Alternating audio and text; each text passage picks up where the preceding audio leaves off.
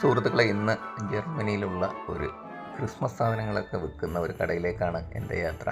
നമുക്കും ഒരു ചെറിയ ക്രിസ്മസ് ട്രീയും ഒരു പുൽക്കൂടും ഒക്കെ ഒരുക്കണം.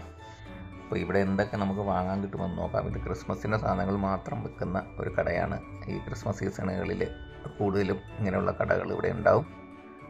നമ്മുടെ അച്ചക്കുട്ടൻ ഇങ്ങനെ ഓടി നടന്ന ഓരോ സാധനങ്ങളൊക്കെ പറക്കിയെടുക്കുകയാണ്. എന്തായാലും കടയിലെ വിശേഷങ്ങൾ നിങ്ങളെ കൂടി ഒന്ന് കാണിക്കാം.